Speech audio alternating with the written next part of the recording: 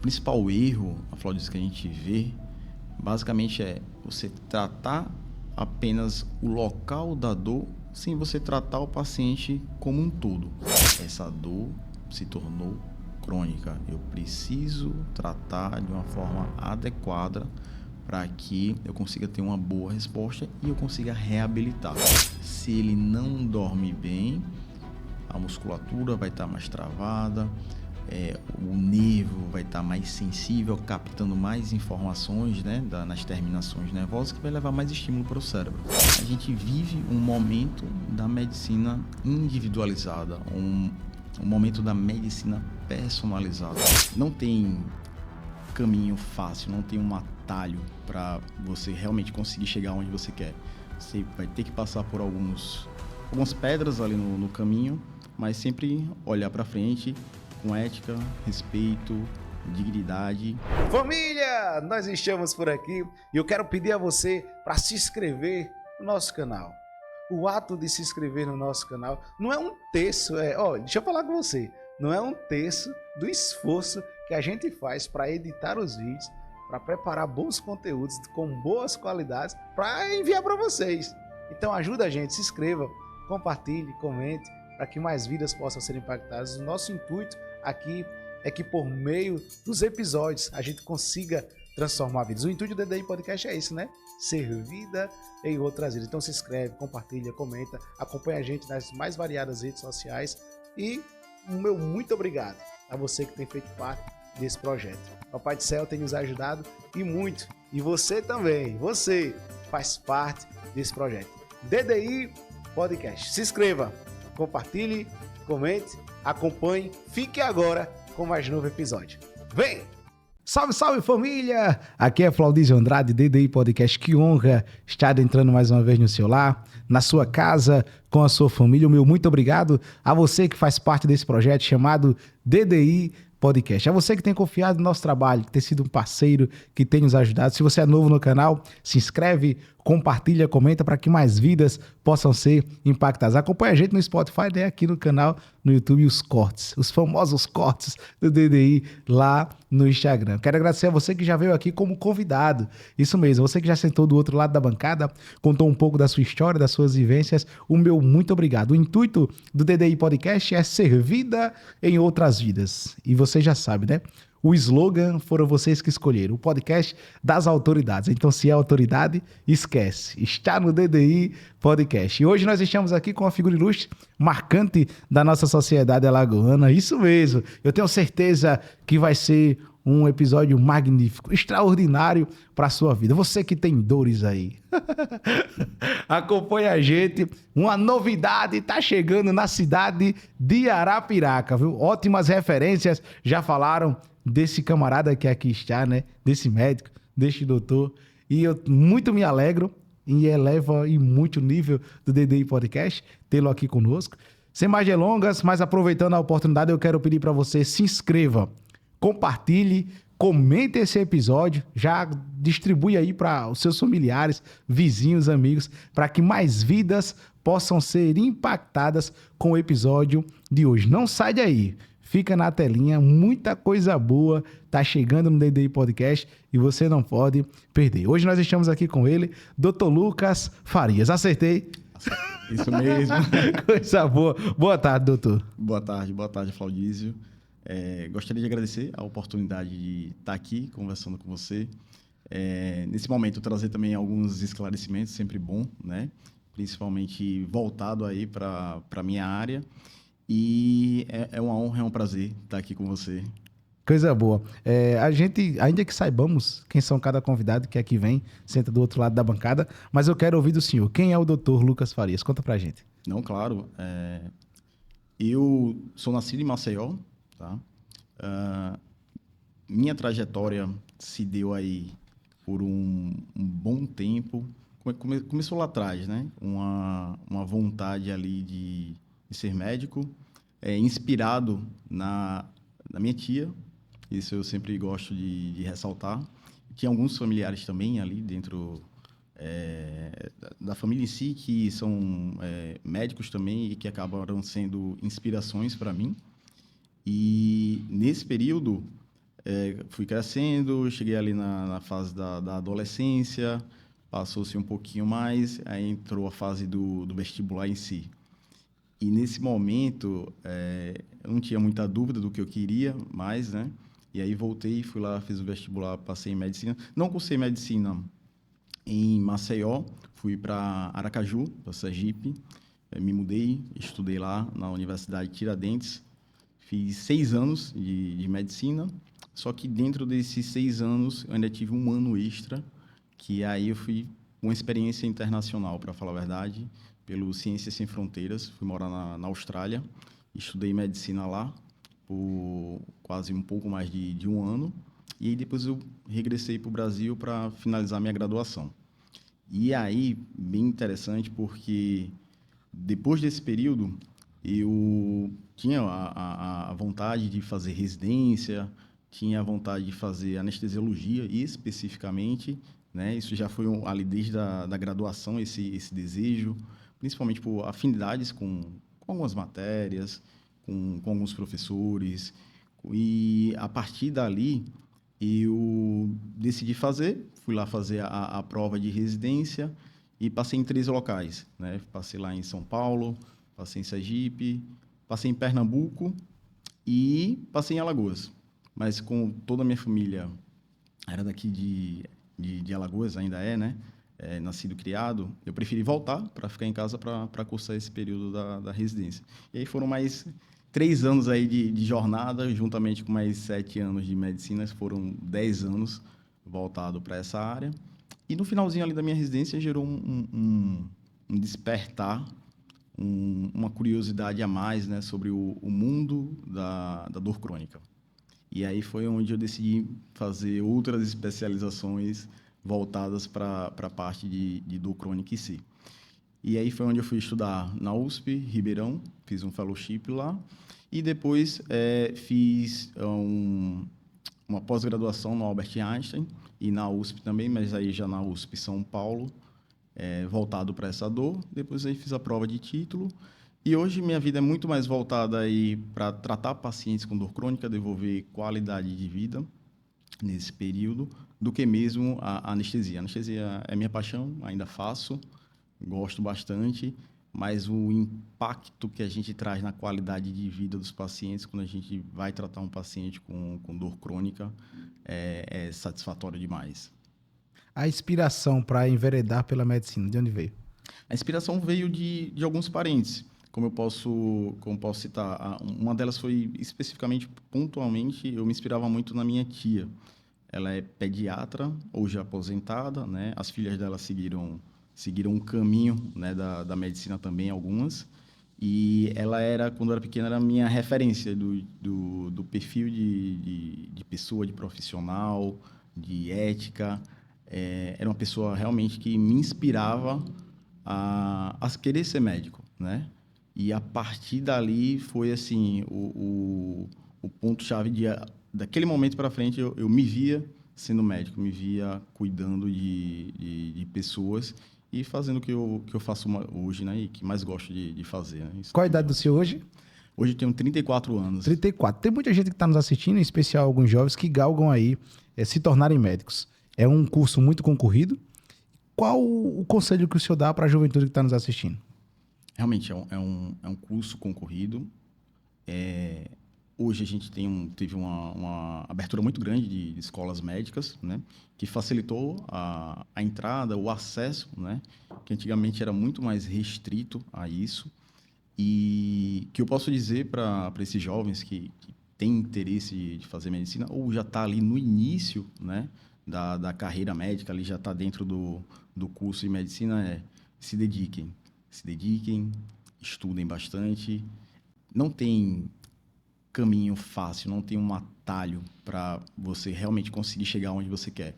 Você vai ter que passar por algumas pedras ali no caminho, mas sempre olhar para frente com ética, respeito, dignidade e principalmente respeito ao paciente, ao cuidar, né? E é uma profissão assim apaixonante, né? Para quem gosta, a gente respira isso diariamente e é muito bom falar disso. E eu estou sempre aqui para assim, já ter passado, né, por bastante coisa aí nesse período de vivência, tanto da medicina como dentro já da parte da residência, né? Estou sempre aberto para dar conselhos, compartilhar experiências, isso é muito bom. Quantos anos o senhor passou no curso de medicina? Passei 7 anos. Acabei passando um pouquinho mais por causa dessa graduação sanduíche, né? Fui lá na Austrália, fui fazer esse intercâmbio. Lá eu fiz ciências médicas e algumas outras matérias, né? Que eram da área. Porém, é um pouquinho diferente do curso de medicina do Brasil, né? Lá era o que a gente chama aqui de ciências básicas, né? Seriam os primeiros anos, os 2, 3 primeiros anos de medicina aqui no Brasil, que é equivalente ao que eu fui fazer lá, né? Quais foram os maiores desafios no curso em si? Olha, os maiores desafios do curso, eu acredito que não, o curso em si ele é um curso muito denso, né? Tem muita teoria, tem muita prática também, e a gente acaba tendo que se dedicar muito para conseguir realmente acompanhar e ter um desempenho legal. Isso daí eu acredito que essa dedicação, esse algo denso ali, que é o curso de medicina, principalmente por ser uma carga horária integral, acredito que é um desafio. Além disso, para mim, um desafio a mais, um desafio extra na época, foi morar fora. E foi a minha primeira experiência de morar fora, né? Antes eu morava com meus pais, no caso, na época em si, eu passei aos 19 anos, morava com minha mãe e com meu irmão. E eu tive que me mudar para uma cidade onde não conhecia basicamente ninguém, né? E dali começava uma jornada. E ali foi, para falar a verdade, foi onde se abriram portas, né? Foi o maior desafio, eu acredito que tenha sido esse, na verdade, de morar fora, de ter essa nova experiência e ser tudo novo, né? A gente já bateu um papo aqui com muitos outros médicos que aqui já estiveram, e para a gente é uma honra, é uma alegria sempre recebê-los aqui. E algo que eu sempre pergunto a cada um, e eu quero ouvir do senhor. Existe na faculdade, né, o lidar com sangue. E aí, como foi a experiência de lidar com sangue para o senhor? Foi normal? É até engraçado isso. Por incrível que pareça, eu não senti essa dificuldade. Muita gente na minha turma, eu lembro, que tinha realmente essa dificuldade, a experiência, a vivência com sangue, ou ver algum procedimento que tinha sangue, de passar mal, de ter o que a gente chama de reação vagal, ali vai e desmaia, né? A pressão baixa. Eu, particularmente, não tive. Não tive. Foi uma coisa bem tranquila. Parecia até que eu já era acostumado com aquilo. E tanto que uma das áreas que eu decidi seguir foi áreas que tinham procedimentos, né? Hoje eu faço não só procedimentos na anestesia, mas procedimentos intervencionistas na parte da dor, para tratar a dor crônica. E, querendo ou não, a gente acaba lidando com sangue, mas lá atrás, quando a gente pega, dentro do curso de medicina, foi bem tranquilo. Não foi não considero como tenha sido um desafio, não. Como alguns passam, como se fosse uma aprovação ali, né? O senhor se torna médico, e aí vem para as primeiras atuações. Quais foram os desafios nas primeiras atuações como médico? Engraçado, porque eu finalizei o curso final de 2017 e ali eu já estava tirando a minha inscrição do CRM, que leva um períodozinho entre a colação de grau para você tirar o CRM. E o meu primeiro plantão, ainda lembro hoje, foi no dia 31 de dezembro, noite, de 2017. Sabe aquele plantão que marca? Pronto, ali foi o desafio que eu tive para iniciar a carreira de médico, né? Um plantão ali, para falar a verdade, desafiador. Foi até no mini pronto-socorro do Tabuleiro. Até o início da noite ali tinha sido tranquilo, mas depois que passou da meia-noite, o negócio desandou.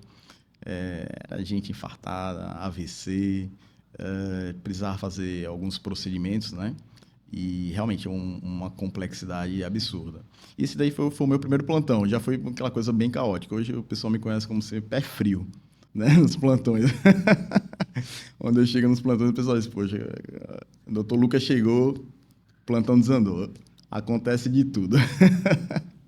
Mas, graças a Deus, a gente tem essa tranquilidade de conduzir, as coisas sempre tá fluindo bem, juntamente com a equipe competente, né? E ali foi realmente o meu primeiro plantão em 31 de dezembro. Depois dali eu segui para alguns outros plantões, né? Nada ainda muito certo, porque eu estava aguardando minha aprovação na residência.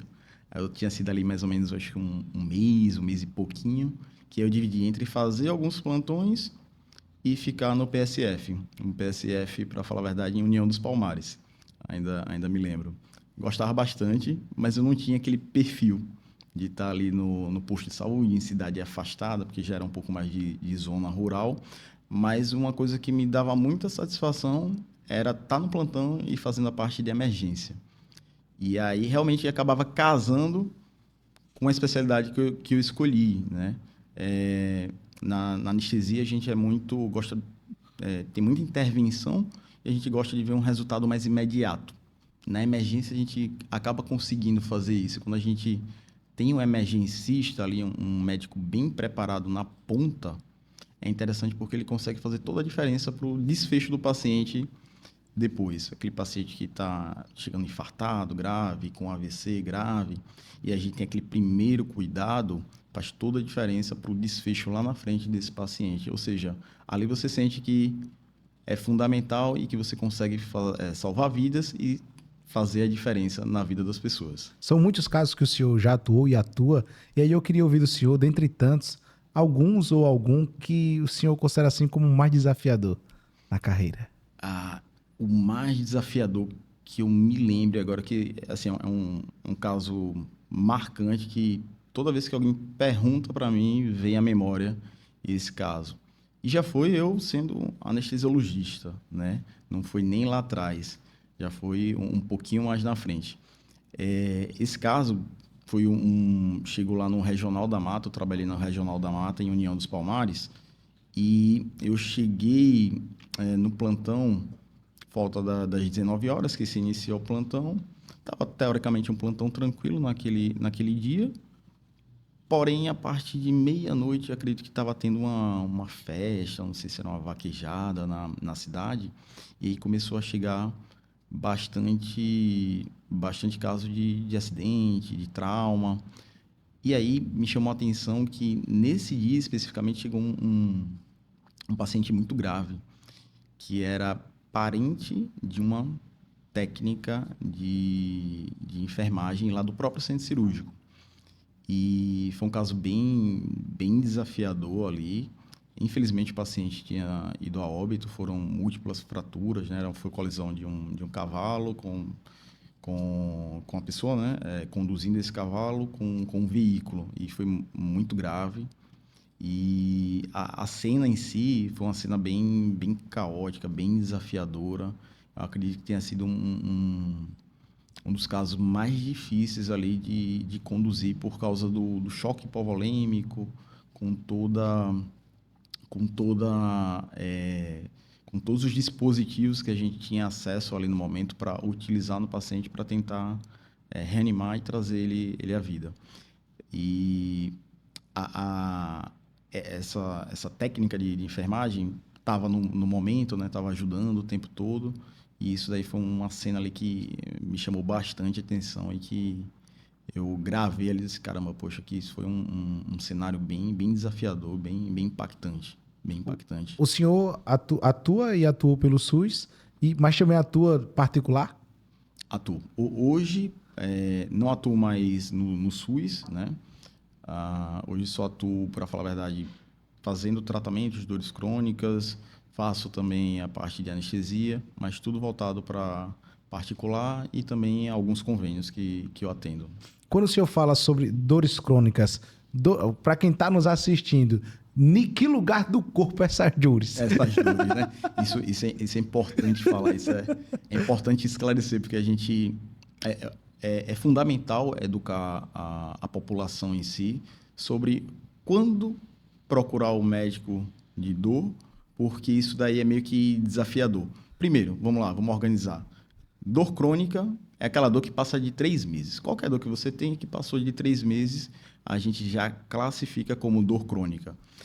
A partir daí, a gente sabe que precisa um cuidado especial para tratar essa dor. Não é qualquer tipo de tratamento que vai ser eficaz. Isso é que a literatura mostra, né? E por isso que existe uma subespecialidade específica para cuidar desses pacientes. O senhor está falando sobre dores crônicas, passou de 3 meses, já é considerado como uma dor crônica, mas aí eu quero ouvir do senhor, como médico e especialista em dor, até onde gera-se uma problemática na automedicação? Não, perfeito. Só para completar um pouquinho do raciocínio, essa dor ela pode ser em qualquer parte do corpo, tá? Pode ser cabeça, pode ser na região cervical, do pescoço, pode ser na lombar, pode ser no joelho, qualquer parte do corpo. Você começou a sentir a dor que passa ali de 3 meses, ela já vira dor crônica. Dor crônica precisa de um cuidado especial. Existe especialista especializado para tratar esse tipo de dor. Só para repetir ali A questão da automedicação. a né? automedicação. Só aproveitando isso, importante. Porque as pessoas têm é normal, é comum, né? Ter um desconhecimento sobre a automedicação. Existe diversos medicamentos que são vendidos na farmácia que não precisa de prescrição médica, né? E aí existe também a informação sobre algumas medicações que servem para tratar dor. E a partir daí, pacientes que começam a ter uma dorzinha ali, poxa, e banaliza, e aí consegue fazer o uso de determinadas medicações, anti-inflamatórios, analgésicos simples, como dipirona, paracetamol, que a gente sabe que muitas vezes, a depender do caso, principalmente quando é dor crônica e a depender do tipo de dor crônica, esses medicamentos não vão ser tão úteis, né? Eles não vão resolver a causa do problema, eles vão ser um paliativo.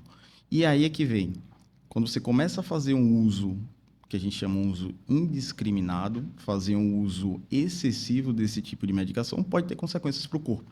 Por isso que a gente fala sempre, evite a automedicação, procure o médico para te orientar da melhor forma e qual o melhor medicamento para você tomar. Doutor Lucas, eu queria que o senhor especificasse para quem está nos assistindo, né? Quais são os sinais que, independentemente do tempo, né, dessa dor, ela pode ser configurada como uma dor crônica? Interessante isso, Flaudísio. O tempo, ele é importante porque é algo que realmente está na literatura e é uma classificação da própria OMS quando a gente fala de dor crônica, tá? Mas, além do tempo, a gente consegue falar que aquele paciente que tem dor associado a uma alteração de humor, poxa, tá mais... A dor leva ele a ficar mais depressivo, mais ansioso. Isso daí é um sinal já importante. Outra coisa também poxa, se essa dor, juntamente com o tempo ali, tá levando a uma alteração do sono. Poxa, não estou dormindo bem por causa da dor. Isso aí já é um sinal que a gente acende a luzinha vermelha que a gravidade ali e o contexto já não está tão legal, né? Além disso, a limitação funcional. Quando a gente você começa a deixar de fazer coisas que você é habituado a fazer por não conseguir fazer por causa da dor, isso é outro sinal. Tudo isso são indicativos, juntamente ali com o tempo, de, poxa, essa dor se tornou crônica. Eu preciso tratar de uma forma adequada para que eu consiga ter uma boa resposta e eu consiga reabilitar. E aí é onde entra o profissional da medicina da dor. Ele vai abordar esse paciente como um todo, tratando sono, melhorando a dor e, consequentemente, reabilitando ele para melhorar aquela limitação funcional, por exemplo, de um movimento ou de algo que ele deixou de fazer e que quer voltar a fazer. Doutor Lucas, qual é o erro mais comum no tratamento dos pacientes de dor crônicas? O principal erro, a Flávio, que a gente vê, basicamente é você tratar apenas o local da dor sem você tratar o paciente como um todo, tá? O que é que eu quero dizer com isso? Você focar ali no paciente, na lesão que está ali do paciente com dor crônica, seja, poxa, vou tratar só aqui, só o ombro. Vou tratar aqui só o joelho. Mas sem olhar o paciente como um todo. O que é que eu quero dizer com isso? Não olhar, esse paciente está dormindo bem? Poxa, se ele não está dormindo bem, o porquê que ele não está dormindo? É só por causa da dor? Ou ele tem algo mais que leva ele não dormir bem, que está piorando essa dor? Como é que está a alimentação desse paciente?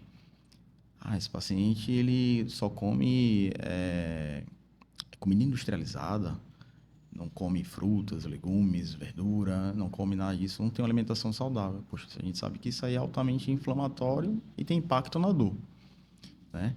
Esse paciente se exercita? Poxa, a gente discutiu lá atrás que o exercício, quando bem estimulado no paciente com dor crônica, faz com que ative a farmácia endógena dele, né? Ali dentro dele, né? Aquela farmácia dentro do corpo. Poxa, isso é outro ponto. O intestino desse paciente funciona?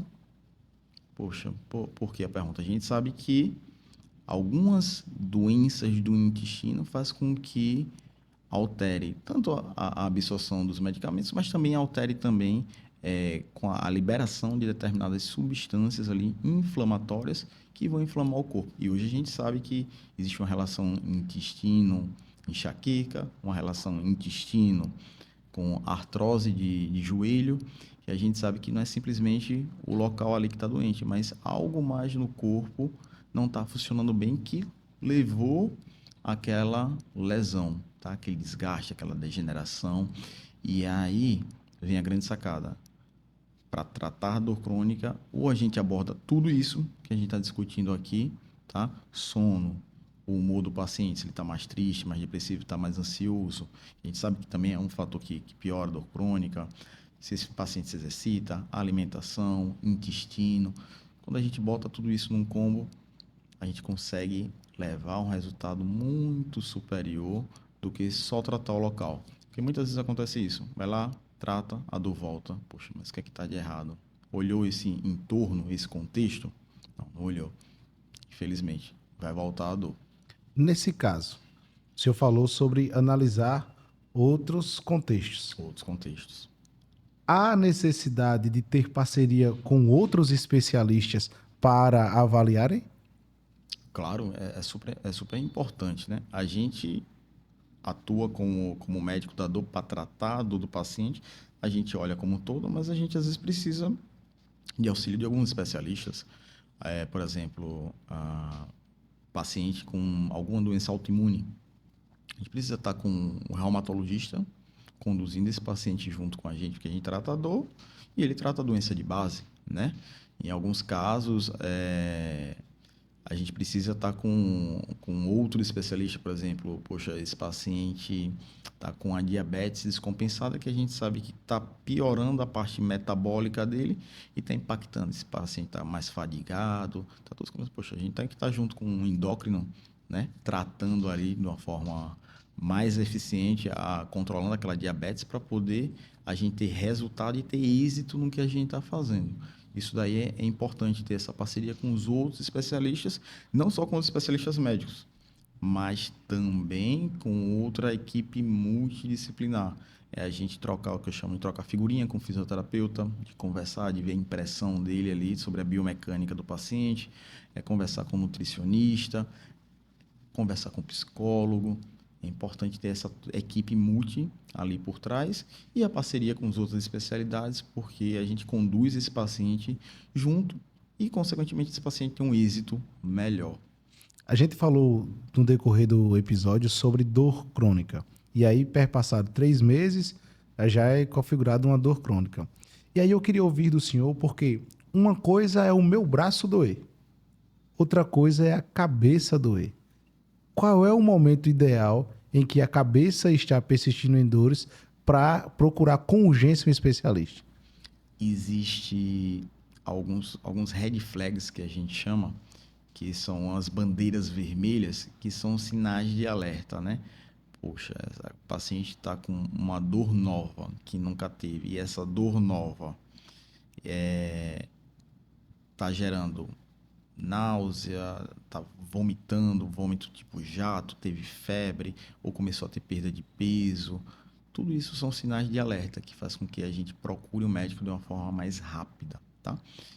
Porém, existe algumas patologias, por exemplo, na enxaqueca em si, ou na cefaleia tensional, que quando se cronifica, né? Poxa, passou de 3 meses, mas beleza, a cabeça não dói o dia todo, mas dói 15 dias por mês.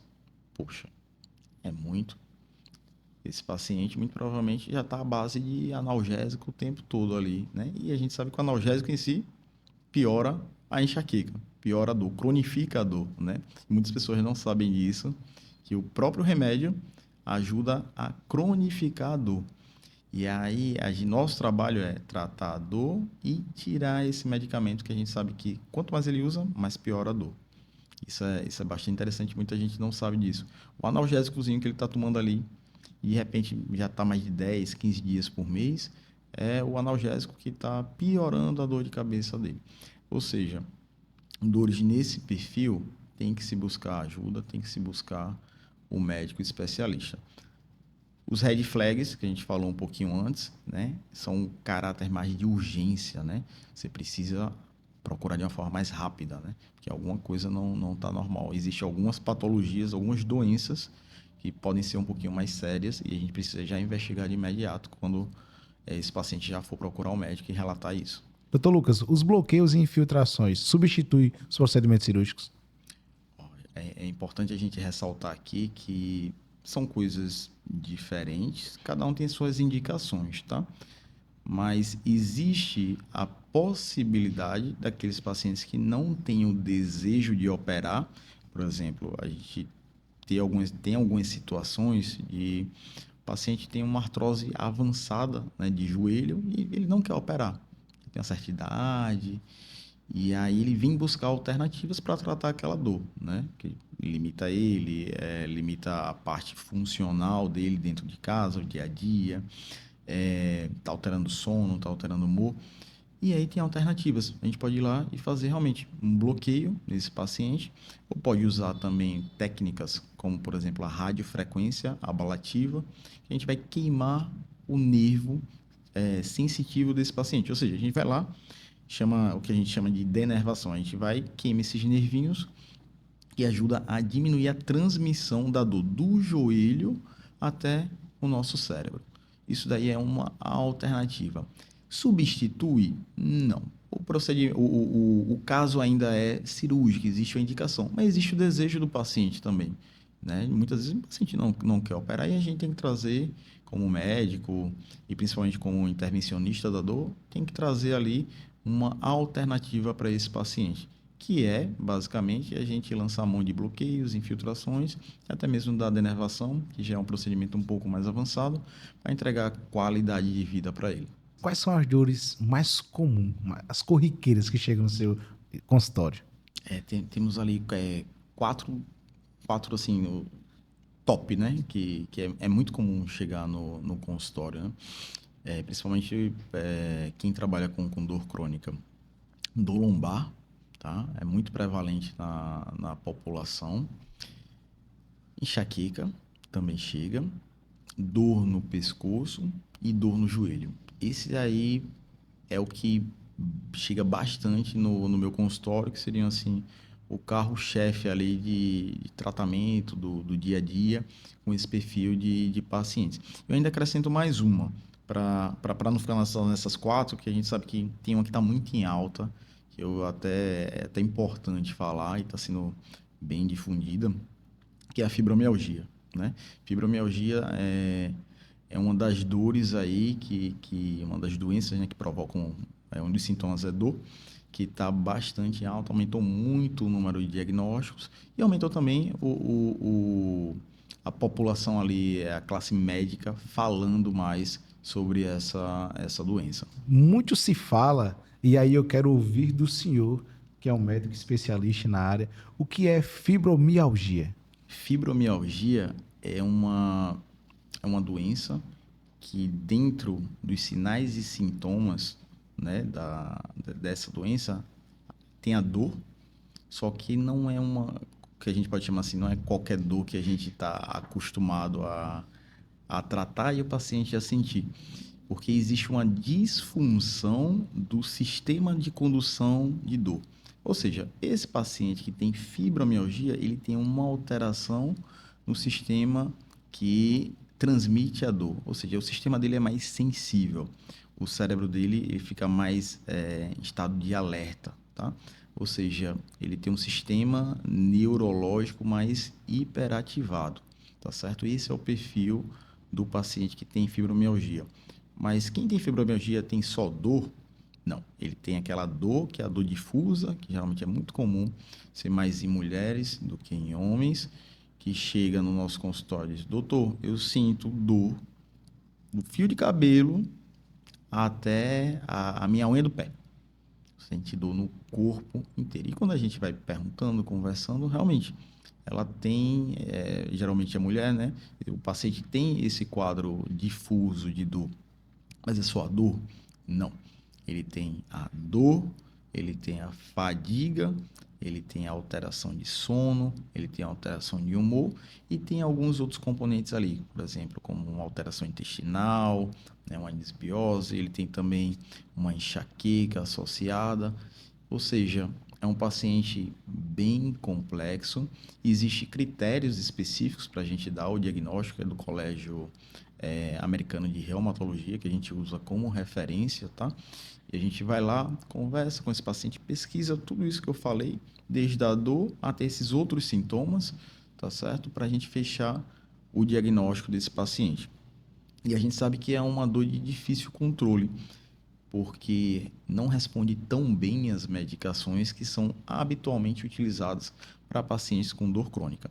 E aí existem outras linhas de tratamento que a gente consegue ofertar para esse paciente para entregar mais resultado e esse paciente ter mais qualidade de vida e conseguir ali reabilitar para que ele consiga ser inserido de novo, tanto no trabalho, tanto na rotina dele com a família, que a gente sabe que realmente é uma dor ali de difícil controle devido a toda essa disfunção do sistema de condução nervosa, que ocorre desde a periferia ali, né, no receptor de dor, até o sistema de processamento e até o sistema que regula a dor dentro do corpo. Ou seja, você vê que é uma doença bem complexa, não existe um tratamento altamente eficaz, mas existe estratégias, existe alternativas e existe aí aquele tratamento multidisciplinar que é responsável ali por entregar uma melhora para o paciente, um resultado melhor para esse paciente. Doutor Lucas, existem pessoas que falam que tem dores nas costas, né? Como costumeiramente fala, dor na coluna. E aí dormem no chão. Até onde é válido dormir no chão e dormir no colchão para amenizar a dor? Interessante isso, porque a gente sabe, óbvio, nem todos os colchões eles são os mais adequados, mais confortáveis, os mais propícios, né, para acomodar a nossa coluna. O dormir no chão é um pouco complicado, porque, vamos lá, não tem conforto nenhum, né? Você vai estar ali, a sua coluna infelizmente não consegue se acomodar tão bem por causa da superfície ser muito rígida, tá? Nossa coluna ela tem algumas curvaturas e quando a gente está deitado, principalmente de lado, o colchão em si ele serve para acomodar. Por isso que a gente nunca recomenda que não pode ser um colchão nem muito duro, que aí seria equivalente àquele o dormir no chão para quem tem dor nas costas, né? E a gente não recomenda também aquele colchão muito mole, porque ele afunda demais e gera um desequilíbrio nas curvaturas da coluna e na musculatura. E aí tende a ser um gerador de dor. Isso daí também é um dos fatores que a gente pesquisa durante a consulta com o paciente, né? O tipo de colchão, o tipo de travesseiro, se é muito alto, se é muito baixo, é muito mole, é muito duro, porque tudo isso impacta, que a gente chama de ergonomia do sono, que a gente também ajusta ali durante a consulta, porque a gente sabe que são gatilhos ali, principalmente para quem tem dor nas costas, dor na cervical. Isso é importante. E aí a gente sempre traz esse escopo ali para abordar junto com o paciente, para entender um pouquinho e já, de imediato, começar a corrigir para que o que a gente esteja fazendo já tenha um efeito superior. Doutor Lucas, é verdade que o sono ruim piora a dor nas pessoas? Por incrível que pareça, realmente existe essa relação, né? paciente, quando ele não dorme bem, é o que a gente chama ali de não tem aquele sono reparador, que o corpo e a mente em si vai descansar, né? Vai ter aquele aprofundamento. A gente sabe que existe um ciclo ali, né? Ele não dorme bem, consequentemente, ele vai acordar cansado, vai acordar fadigado, vai acordar mais irritado e vai acordar ali com o que a gente chama do sistema simpático, adrenérgico ali, mais ativo, né? E aí, consequentemente, todos esses fatores aí que eu acabei de falar vai impactar na dor do paciente. Ou seja, se ele não dorme bem, a musculatura vai estar mais travada, o nervo vai estar mais sensível, captando mais informações, né, nas terminações nervosas, que vai levar mais estímulo para o cérebro. Consequentemente, esse paciente vai ter mais dor. E aí ele piora a percepção de dor dele. O dia que ele não dorme bem, ele tem a dor crônica dele lá. Mas especificamente, os dias que ele não dorme bem, essa dor, ela piora. Isso daí é comprovado cientificamente, por isso que é importante, né, dentro do escopo de quem trata a dor crônica, tratar bem o sono do paciente, ter um cuidado maior, para que esse paciente durma bem, para diminuir, quebrar o ciclo da dor e quebrar ali um dos gatilhos ali que são agravantes para a dor desse paciente. O senhor está falando sobre a questão de dormir mal. E aí ela pode ser o fato de dormir menos e o fato de dormir demais. Também, pacientes, já é comprovado, pacientes que têm enxaqueca, toda vez que eles têm um sono prolongado, a mais da rotina é o seguinte, é aquele paciente que acordou e fica forçando ali, tá na cama querendo dormir mais e fica esticando, passou ali já daquelas 7, 8 horas ali, que é o habitual do organismo dele, ele estica mais, a gente sabe que esse paciente, ele começa a ser propenso a ser um dos fatores de crise para enxaqueca.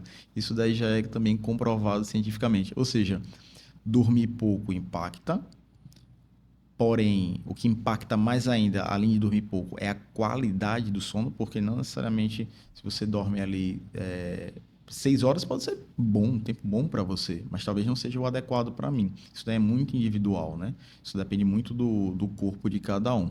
E a gente sabe que tanto o de mais quanto o de menos, quanto a qualidade ruim, tudo isso é um combo ali para piorar pacientes que têm, ou ser realmente um gatilho para os pacientes que têm dor crônica ali, piorar o seu quadro de dor. Para quem está nos assistindo, na medicina da dor, que caminho nós estamos indo aí? Conta pra gente. Se a gente olhar um pouquinho atrás aí na história, o futuro ali seria mais a gente voltado para a medicina regenerativa, esse uso de células tronco, né, para tratar a dor. E a gente vê que hoje é a nossa realidade, né? É o nosso dia a dia, é a nossa vivência, né, em relação a isso. E a gente vive um momento da medicina individualizada, um momento da medicina personalizada. A gente precisa entender os detalhes do paciente durante a consulta, durante a anamnese, ali o exame físico, para a gente conseguir ofertar tratamentos mais assertivos, tá? E mais individualizados que vão trazer um resultado mais rápido para esse paciente, que geralmente é o perfil de paciente que busca a gente. Ele quer um resultado, tá certo? E a gente precisa atrelar a individualidade daquele paciente, as características daquele paciente, para que a gente seja o mais assertivo possível e encurte, né, o caminho de tratamento desse paciente nessa jornada que ele vai seguir com a gente. Doutor Lucas, em que circunstâncias a célula tronco ela serve para tratar dor? A Flaudísio, está bastante discutido isso, né, aqui no Brasil, sobre o uso, né, tanto não só de células tronco, né, mas células de gordura, células mesenquimais, né, para o tratamento de dor.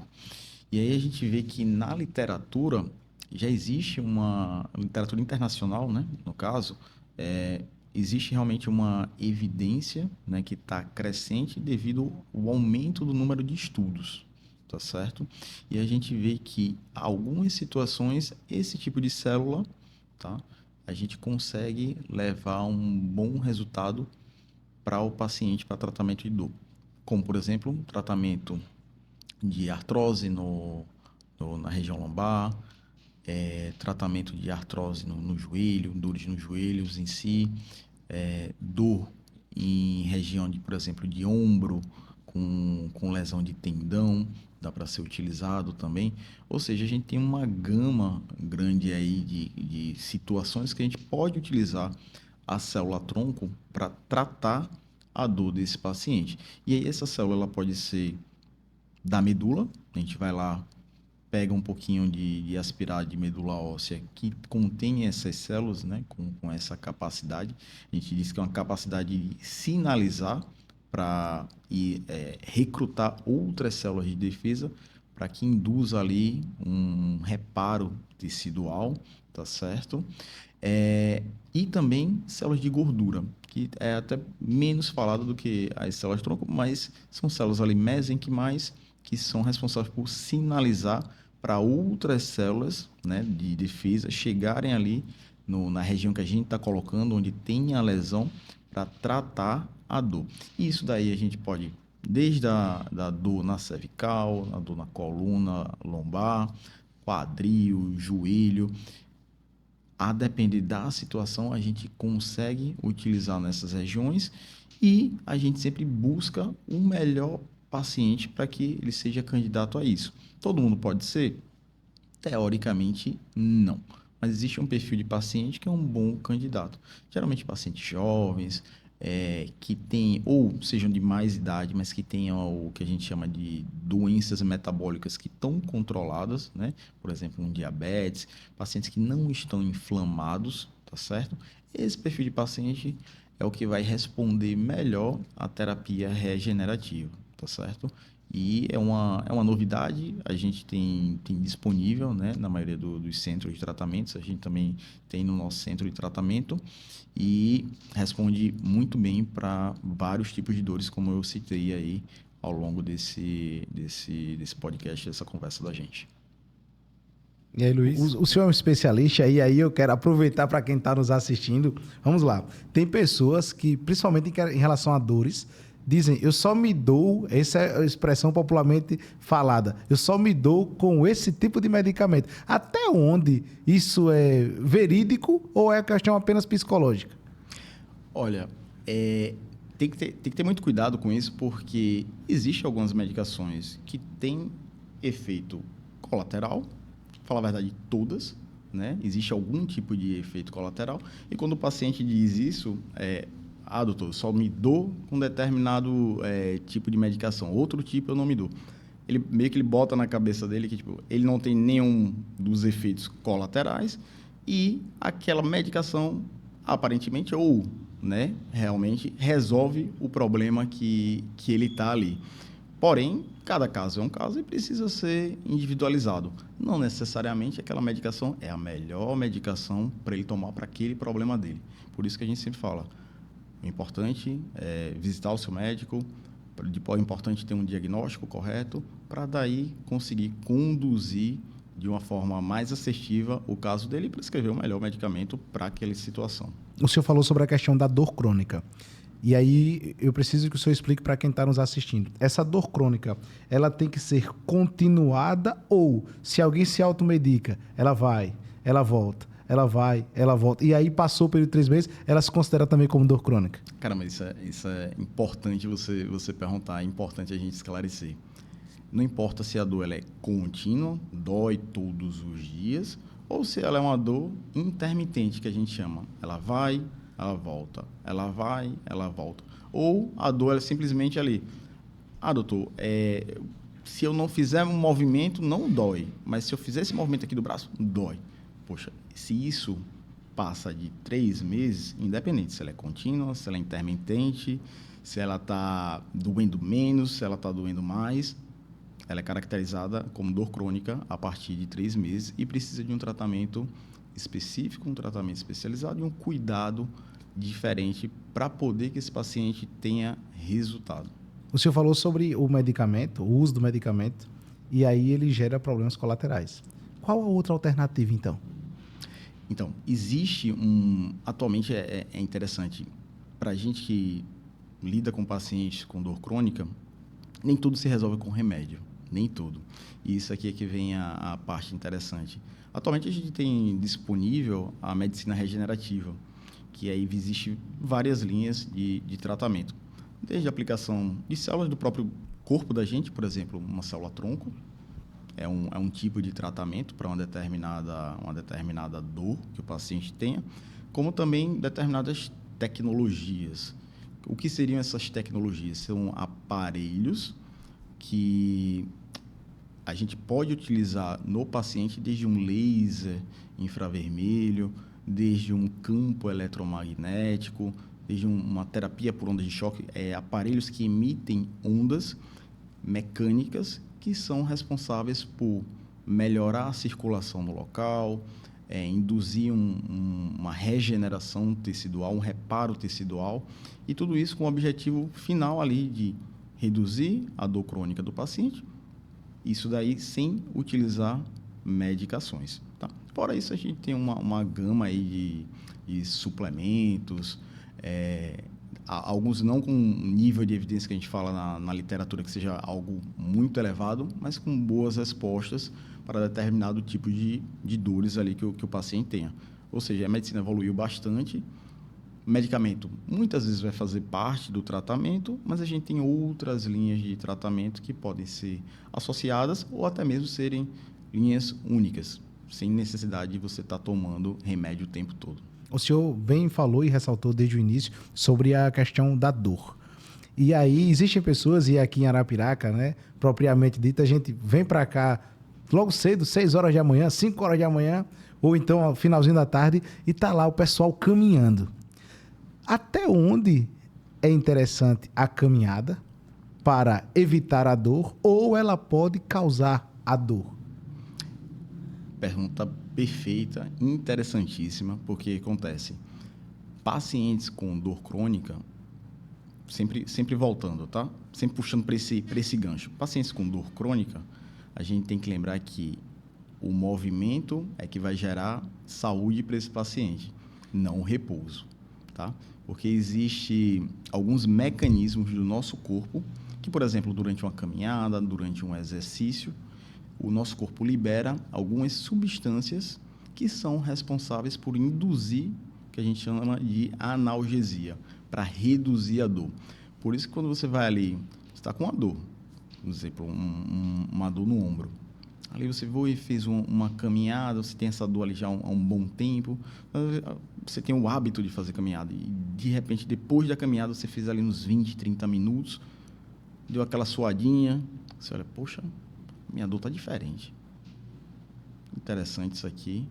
Por que será? Existe um mecanismo dentro do nosso corpo que é responsável por induzir, que a gente chama de analgesia, né? E aí o exercício ele é responsável por fazer a liberação de determinadas substâncias dentro do nosso corpo que vai induzir essa redução da dor. Tá? Isso é bastante interessante.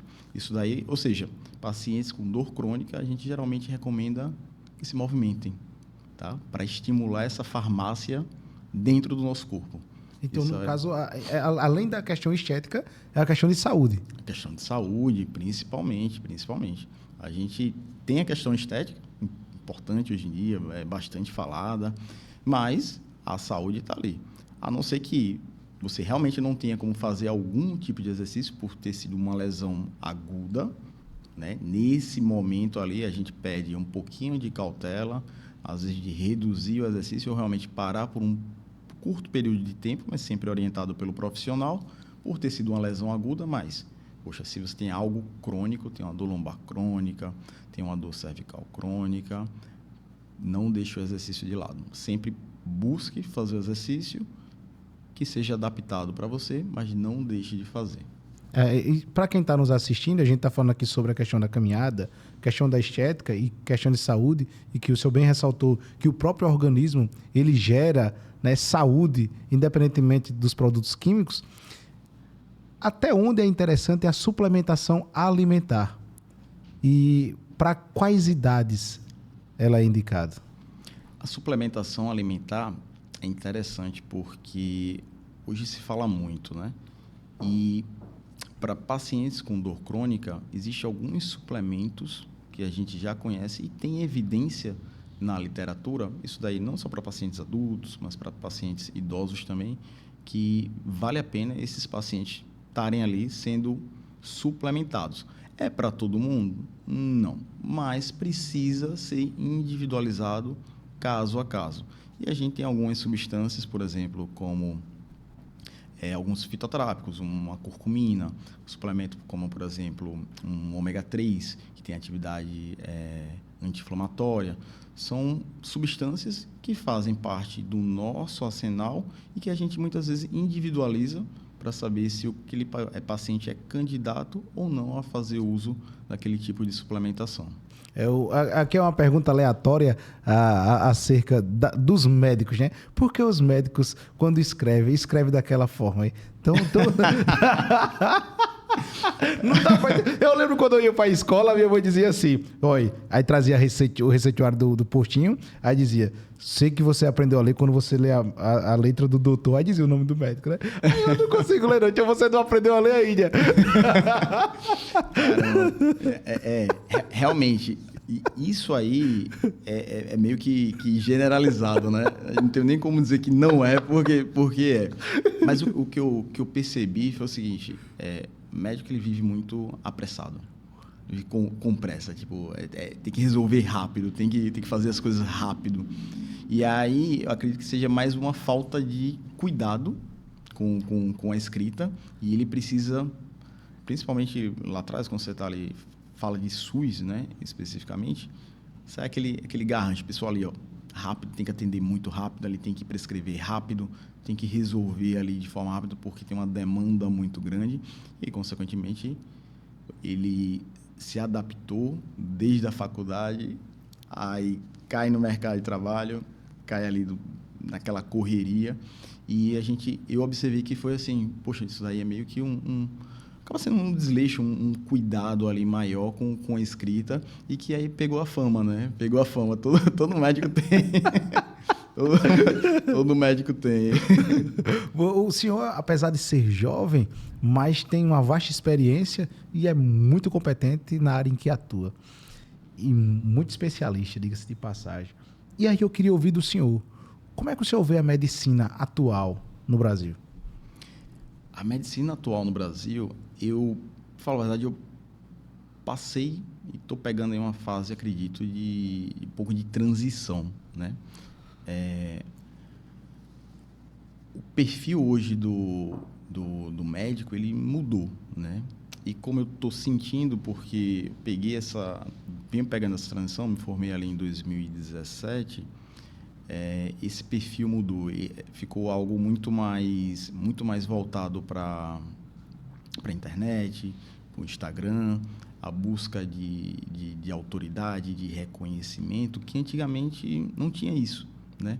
O mercado da medicina, poxa, você tem os seus títulos, está lá muito bem exposto no seu currículo, as pessoas vão te procurar porque você tem aquele título, aquela especialidade. E a gente sabe que hoje em dia isso mudou, né? O mercado ele deu uma guinada, deu uma transformada, que acontece que esses novos médicos, eles precisaram entrar nessa nova era, né? E quem já vinha teve que se adaptar, porque hoje tudo virou muito mais digital, né? E todo mundo teve que se adaptar, principalmente no pós-pandemia com essas mudanças, né? E aí o cenário da medicina, ele atualmente, com o número crescente de médicos que teve, virou algo mais concorrido, mais acirrado. Hoje a gente tem muitos médicos no mercado de trabalho, devido à alta formação. Infelizmente, não tem vaga de especialidades para todo mundo. Uma parcela continua trabalhando, uma parcela consegue se especializar, mas a gente vê que a qualidade nos cursos de medicina, infelizmente, caíram. Eu percebo isso porque eu acompanho, eu sou um dos preceptores, tutores ali da Liga Acadêmica, e a gente trabalha com acadêmicos de medicina, né? E a gente vê que Se a gente pegar lá 5 anos atrás, o perfil ali do acadêmico mudou, né?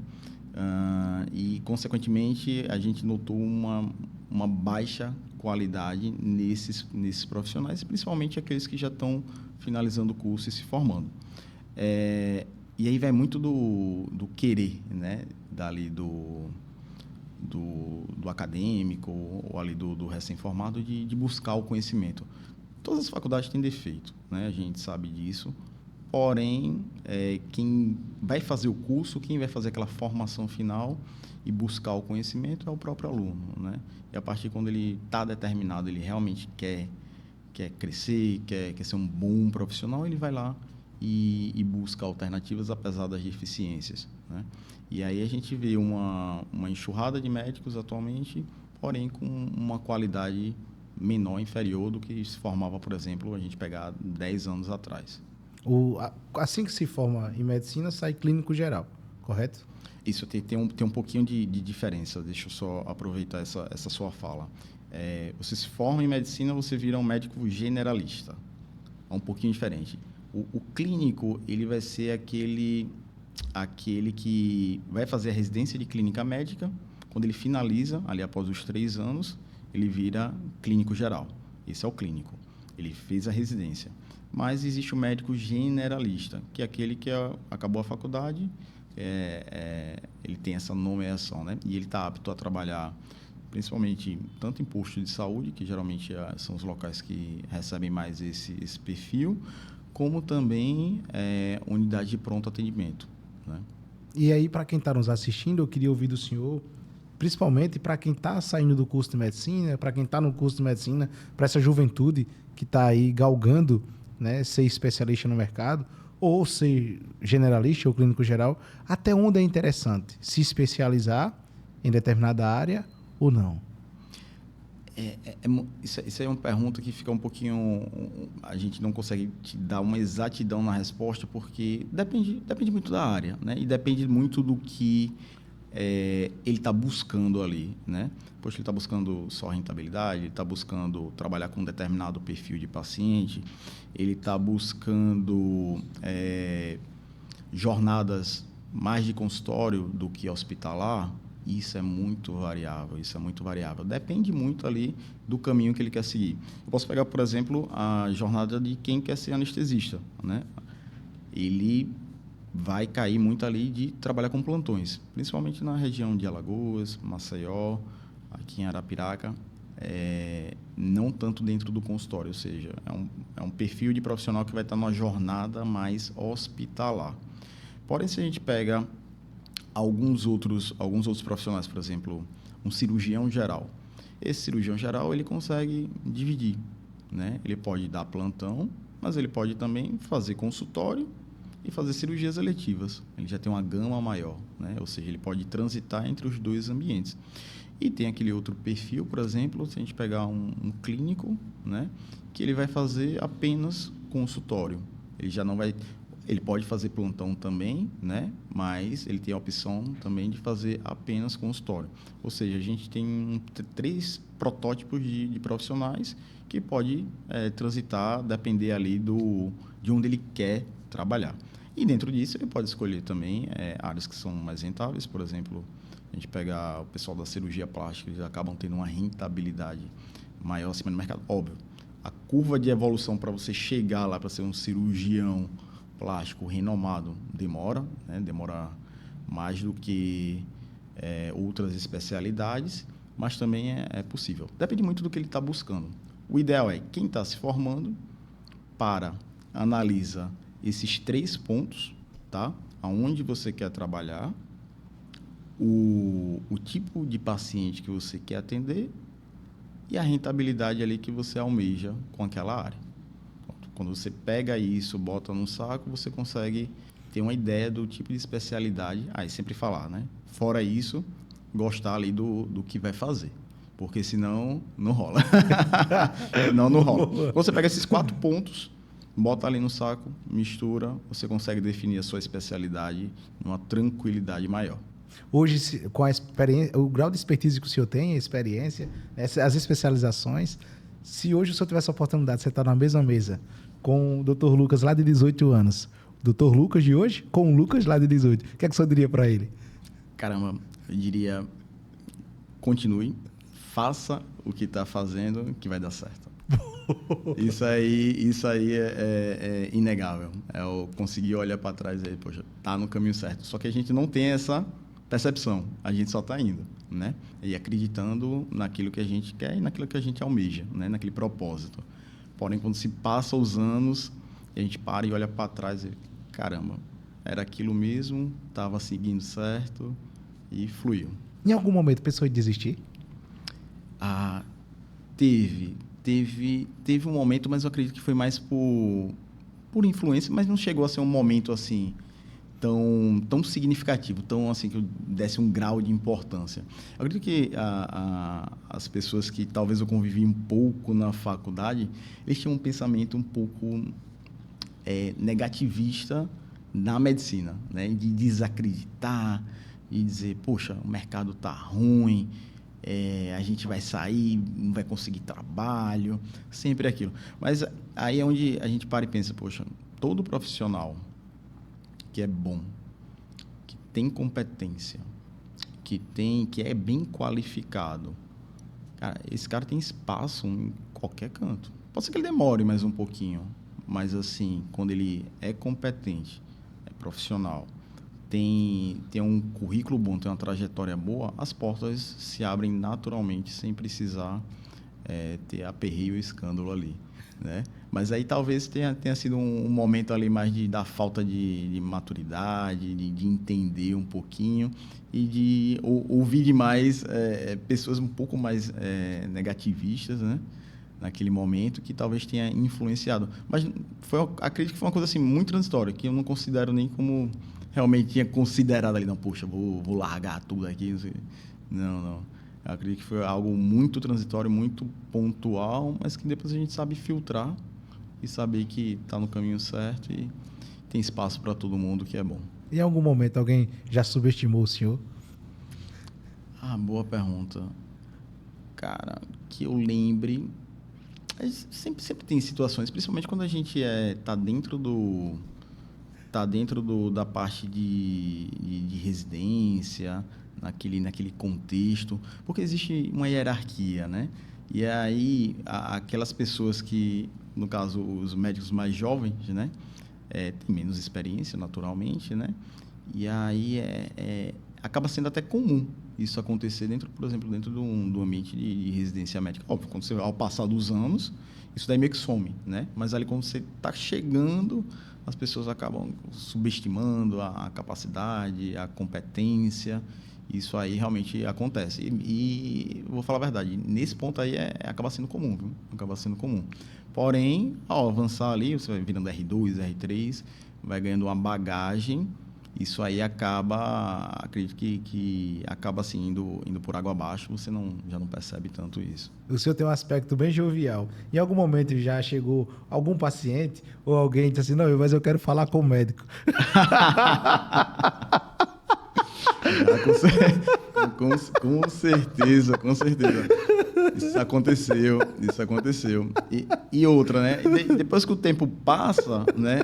Poxa, um médico tão novinho, não sei, mas tem que sempre lembrar, novinho e competente. Tem que sempre lembrar.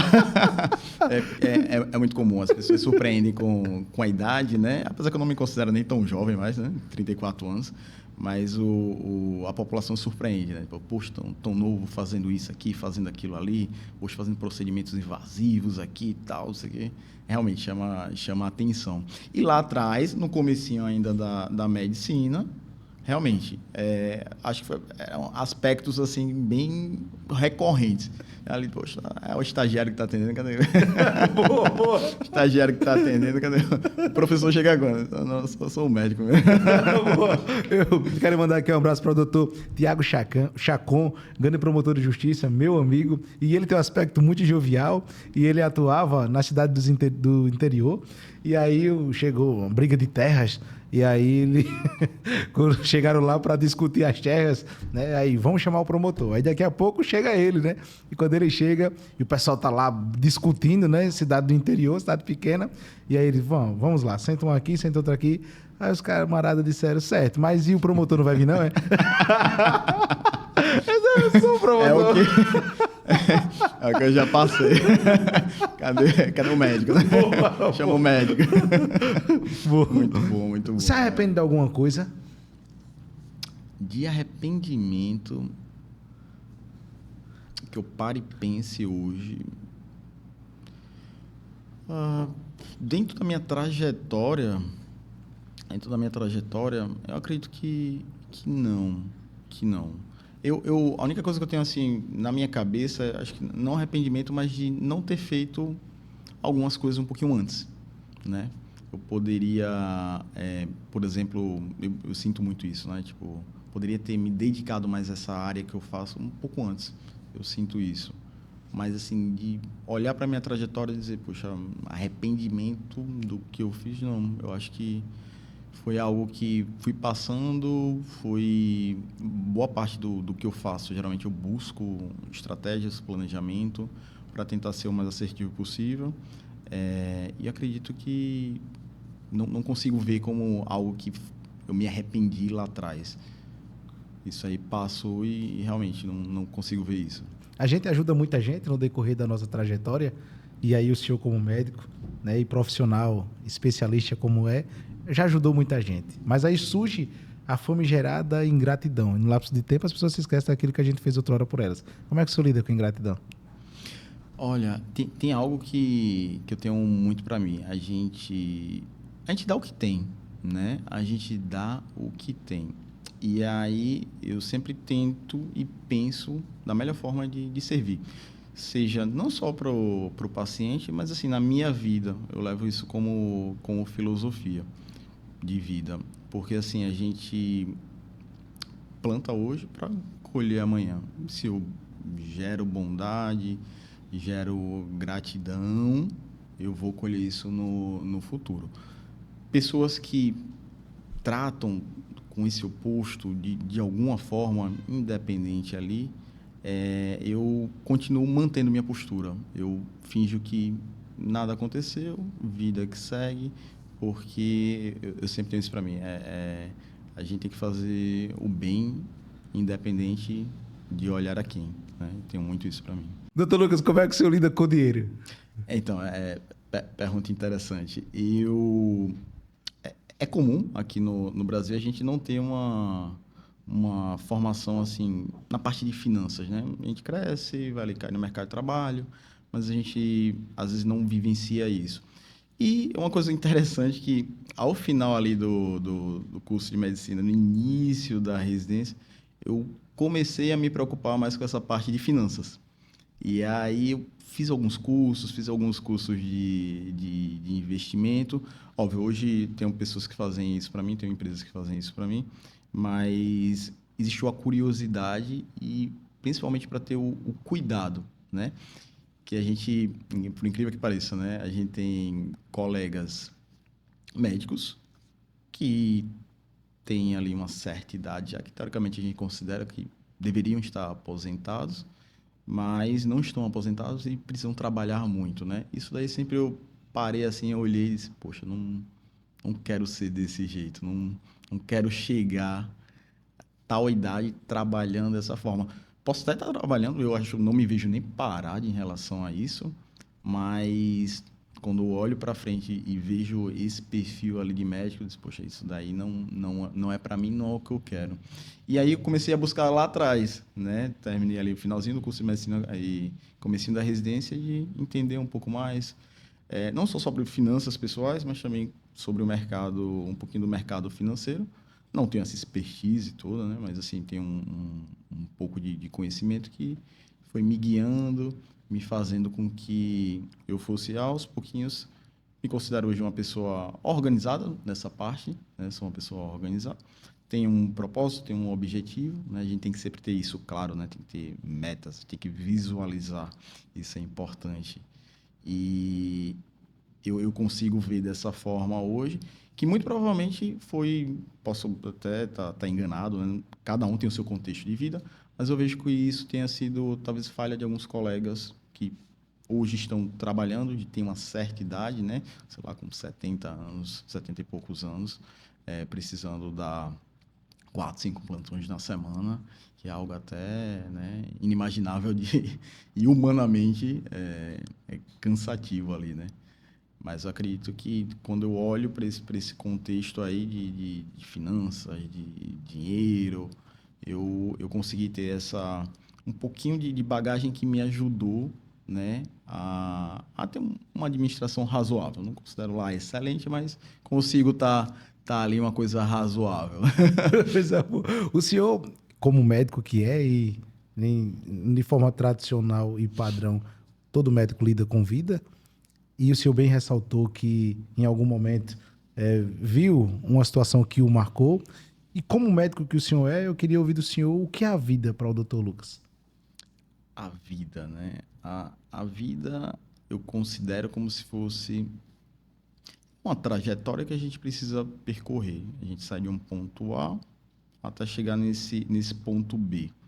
E dentro dessa linha do tempo, a gente vai passar por experiências, vivências, tudo isso dentro de determinadas fases da nossa vida e que é importante a gente se permitir a viver e ter essa experiência nessas fases apropriadas. Tem que saber viver naquele período que você está na sua infância, você tem que saber viver aquele período que você vai passar pela sua adolescência, você tem que saber viver aquele período que você vai passar por adulto, você vai casar, ter seus filhos, construir sua família e que no final você tem que saber envelhecer. E é aí que vem o envelhecer e envelhecer com saúde, com qualidade de vida, para você ter autonomia. Óbvio, existem algumas coisas que a gente foge do nosso controle, né? Por exemplo, algumas doenças, enfim, que impactam. Porém, boa parte, né, que a gente sabe, o que mata hoje em dia é doenças cardiovasculares, principalmente, a maioria são evitáveis, né? E aí eu penso muito nisso, né? De passar por todas as etapas, ter o máximo de vivência, né? A gente sabe que são fases e olhar para frente sabendo da melhor forma que eu posso chegar lá, né? Isso daí não trago só para mim essa filosofia, eu puxo também para o meu consultório, para os meus pacientes, até porque trato pacientes não só idosos, né? Mas assim, adultos, né? Até eles chegarem nessa fase aí mais de idade, né? Para quem está nos assistindo, o que é indicado para chegar na melhor idade, né? Chegar aí na idade mais avançada sem dor. Sem dor. Ser o mais ativo possível, alimentação saudável e ter algo e propósitos, né, que façam a gente mover e manter a nossa mente bem e ocupada também, tá? Quando a gente junta isso, essa parte mental, sem falar na parte espiritual, tá? Mas também é importante estar conectado, e aí é cada um de sua religião da melhor forma possível, mas ter a nossa mente bem trabalhada, associado à atividade física, associado a uma alimentação saudável, isso daí a gente começa a conectar esse combo, sendo o combo ali para você envelhecer bem e chegar com autonomia e tá ali com a sua qualidade de vida garantida no envelhecimento. O senhor falou aí sobre a questão espiritual. Qual é a relação do Dr. Lucas Farias com Deus? Então, é interessante. Eu tive, pegando lá atrás, lá na infância, meu pai, ele era católico, minha mãe é evangélica, aí aquela coisa, né? Poxa, um menino pequeno, tem que 5 anos, tem que batizar ele, não sei o quê. Aí fui batizado na igreja católica, porém, não frequentava a igreja católica, a gente geralmente frequentava a igreja evangélica. Que eu acredito que isso que aconteça é algo muito comum na sociedade, viu? E aí, basicamente, eu cresci ali na igreja evangélica, a minha família, por parte de mãe, sempre foi, né, da igreja evangélica, a igreja batista em si. Porém, quando chegou mais ou menos ali uns 14, 15 anos, aquela fase ali da adolescência, e já esticando depois um pouquinho para a faculdade, eu sempre fui conectado com Deus, mas a partir daquele momento eu não tinha mais uma religião. E esporadicamente para a igreja evangélica, mas assim, muito pouco, já frequentava menos, mas porém o contato com Deus eu nunca deixei de ter. Por mais dos momentos difíceis, né, que eu tive alguns momentos difíceis na minha vida, mas eu sempre mantive conectado. E eu sempre tenho isso para mim. Sempre tem um ser superior, esse ser superior, né, no meu caso, eu nomeio ele como Deus, né? E ele é o que rege tudo aqui embaixo. E basicamente é isso que eu tenho para mim dentro da parte de espiritualidade, religião e do que eu acredito. Em algum procedimento, como médico, o senhor já passou por exemplo, até aqui sou eu. A partir daqui é uma força superior, é Deus, não é comigo mais, ou não? Não dentro do procedimento em si, mas dentro da complexidade do cenário e do quadro que estava acontecendo. Situações aí, por exemplo, de cirurgia cardíaca, que a gente tem um perfil de um paciente um pouco mais complexo, pouco não, tô fazendo um eufemismo aqui, um paciente bastante complexo, né? Geralmente com várias ou múltiplas comorbidades, que vai ser submetido a uma cirurgia, por exemplo, de revascularização do miocárdio, vai colocar ponte de safena, que precisa entrar numa circulação extracorpórea. Muitas vezes esse paciente ele já chega, vamos dizer assim, bem crítico, né? Ou o paciente que tem tem uma doença cardíaca, mas tem uma válvula ruim e precisa ser submetido a uma cirurgia cardíaca. Já teve alguns momentos nesse tipo de procedimento em si, que a gente chega vamos dizer assim, no nosso limite da parte técnica, né? Do que eu posso fazer, né? E aí a gente sabe que em alguns momentos, né? A gente tem nossas limitações humanas, né? E aí a gente tem Deus, né? Que toma conta ali daquele cenário, daquela situação. Por mais técnico, mais competente que a gente seja, às vezes chega no limite ali do que dá para ser feito, né? Durante aquele momento, né? Mesmo você lançando de todos os recursos, mesmo você estando num hospital de ponta e aí você chega ali naquele limite, você realmente não tem muito mais da parte técnica em si do que fazer, você dá o máximo de suporte e aí você reza ali para ter a intervenção, né, de Deus e tocar ali para que seja feita a vontade dele, né? E em alguns casos já presenciei de pacientes estarem muito, muito graves, a gente precisar levar para a UTI esse paciente muito grave, que a gente acreditava que em 24 horas esse paciente não iria mais sobreviver. Em caso, tá lá, ter sobrevivido, ter evoluído super bem, ter saído, né, da gravidade do quadro, tanto da complexidade cirúrgica quanto da complexidade do quadro do paciente antes de entrar na cirurgia. E esse paciente ter evoluído bem e ter recebido alta, né? E aí é uma coisa que marca, impacta, porque a gente fica extremamente satisfeito, né? E feliz quando isso acontece, né? Porque, poxa, a gente entrega tudo ali, né, pro paciente, para aquele momento, para que ele fique bem, né? Aquele cuidado, toda aquela a tecnologia em si do que a gente está utilizando e nosso conhecimento para que ele se recupere e que ele evolua super bem.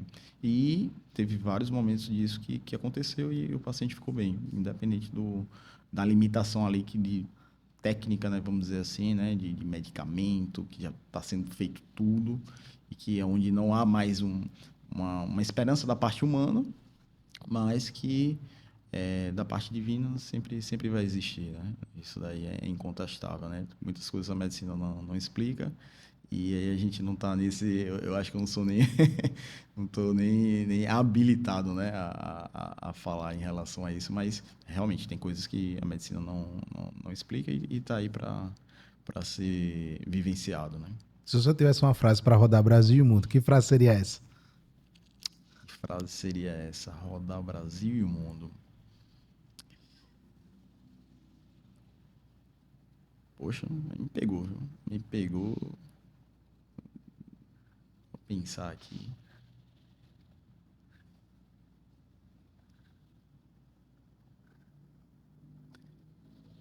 Não deixe para depois o que você pode fazer hoje. Isso daí é a frase que eu trago para mim, trago como filosofia de vida e que eu faço questão também de propagar. O senhor é um médico muito humano, né? E a gente percebe isso conversando com o senhor, né? O brilho nos olhos do senhor quando o senhor fala sobre a medicina, né? Sobre a sua trajetória. E eu tenho certeza que você está do outro lado da tela também está sentindo isso. E aí a gente está falando de Arapiraca, né? A capital do Agreste. E aí o senhor veio agora para Arapiraca. Exatamente. E a gente falou no início do bate-papo a super novidade que estava se aproximando. E aí eu queria que o senhor falasse sobre essa novidade. Pois a gente decidiu expandir nossos locais de atendimento, né? Principalmente, a gente consegue, eu tenho muito isso para mim, de levar o máximo de conhecimento, competência técnica para atender, não só em Maceió, mas assim, locais que a gente consegue alcançar, né? E Arapiraca foi uma das cidades escolhidas, né? Eu estou vindo para cá, mas eu já estive aqui em outro momento, que foi na época que eu trabalhei no Hospital Chama, né? Fazendo anestesia para cirurgia cardíaca com o Dr. Sérgio. Fiquei lá, acho que quase 2 anos. Doutor Sérgio Francisco. Sérgio Francisco, exatamente. Referência nacional. Referência nacional, o cara é um fenômeno, um fenômeno. E super humano, uma excelente pessoa, excelente pessoa. E aí, trabalhei essa época e nada mais justo do que voltei para Maceió, continuei trabalhando. E aí, eu nessa minha nova jornada aí na parte de tratamento de dor crônica, por que não Arapiraca ser esse próximo local? E aí, a partir da próxima semana, estarei ali atendendo na Medicardio, né? Lá onde o Dr. Sérgio Francisco ele trabalha e é proprietário do local, né? E estarei lá atendendo os pacientes especificamente com dor crônica, né? Qual a faixa etária de idade dos pacientes? Para quem está nos assistindo. E aí eu já quero dizer para você que tem aqui um QR Code, você acessar, entrar em contato, vai ter uma equipe pronta e preparada para melhor lhe atender. Conta pra gente a faixa etária de idade dos pacientes. Geralmente a gente atende adulto, tá? Mas a depender da patologia em si, do caso em si, a partir dos 15 anos a gente já consegue fazer o atendimento desse paciente, por incrível que pareça. Tem pessoas com 15 anos e tem dor crônica. E aí a gente consegue atender esses pacientes acima de 15 anos até a faixa etária de idosos, incluindo também gestantes que têm dor crônica e que dá aquela piorada, né, durante a gestação, em alguns casos. Quais são os dias de atendimento? Tem algum dia específico? Vai ser especificamente na quarta-feira, tá? A nossa agenda é aberta especificamente na quarta-feira para atendimentos aqui em Arapiraca. Então, para você que está nos assistindo neste momento e está sofrendo aí de dor crônica, né? Não se automedique, né? Procure um especialista, em especial o Dr. Lucas Farias, tem o QR Code aqui. Tenho certeza que você vai ser muito bem atendido e muito bem recepcionado. Dr. Lucas, foram muitas perguntas que a gente externou aqui para o senhor. Qual a pergunta que eu não fiz que o senhor gostaria que eu tivesse feito?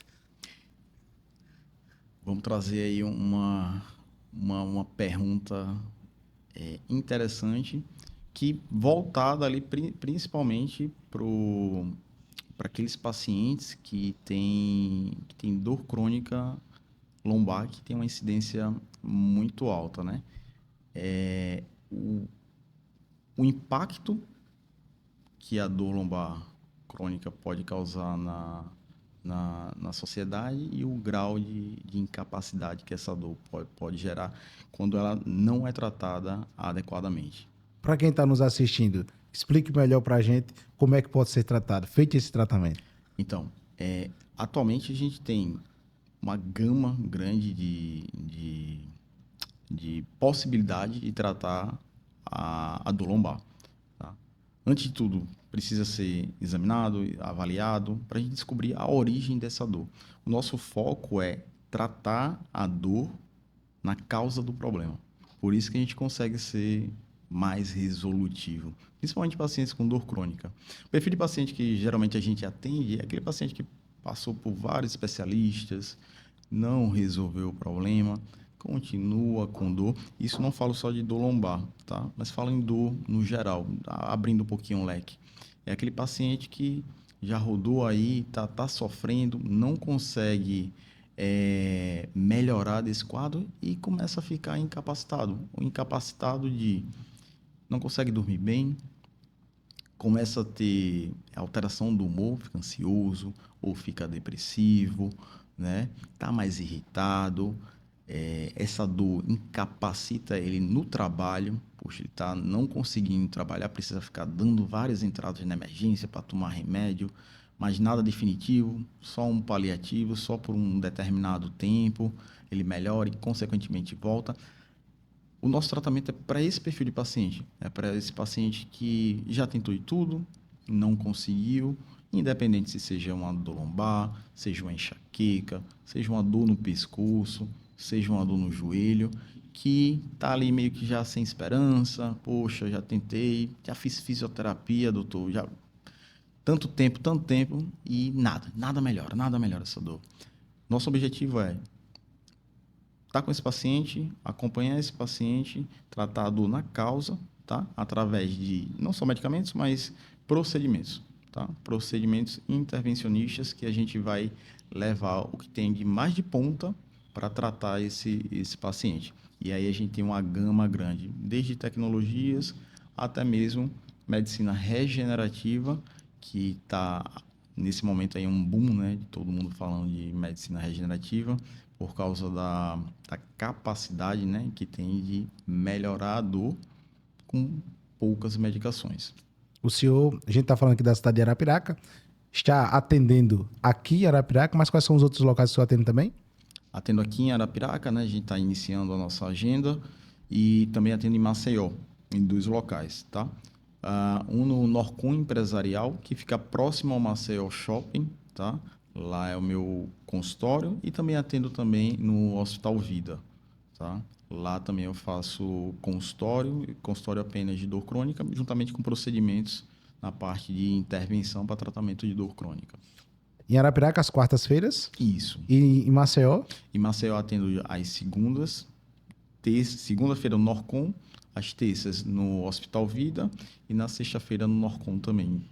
Coisa boa. Estamos se aproximando para o final do nosso bate-papo. Eu já quero pedir para você se inscrever, compartilhar, comentar, para que mais vidas possam ser impactadas. A gente sempre faz um bate-volta próximo ao término de cada episódio e eu quero ouvir do senhor um time.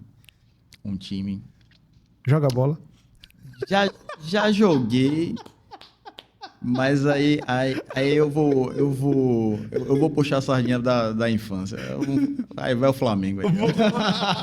Aí o Flamengo, aí porque é o que marcou minha infância. Boa. Uma música. O senhor canta? Não canto.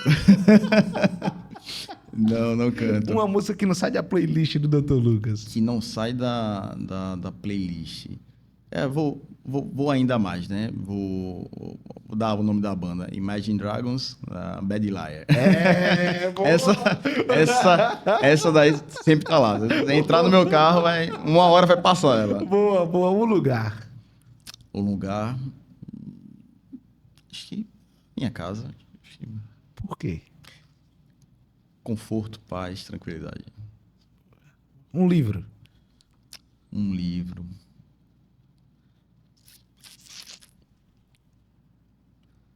Um livro que eu quero que venha mas que talvez o que represente ali, que me remeta também a coisas boas da infância.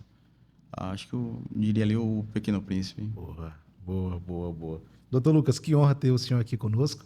Elevou muito o nível do DDI Podcast tê-lo aqui, né? E para você que está nos assistindo e aí quer ser bem tratado, né, por um especialista competente, à altura, né? O melhor lugar é lá em Maceió.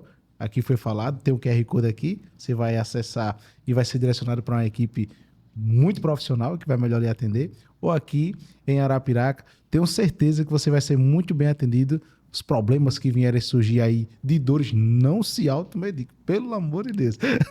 Mas eu quero que o senhor faça as considerações finais, fique à vontade.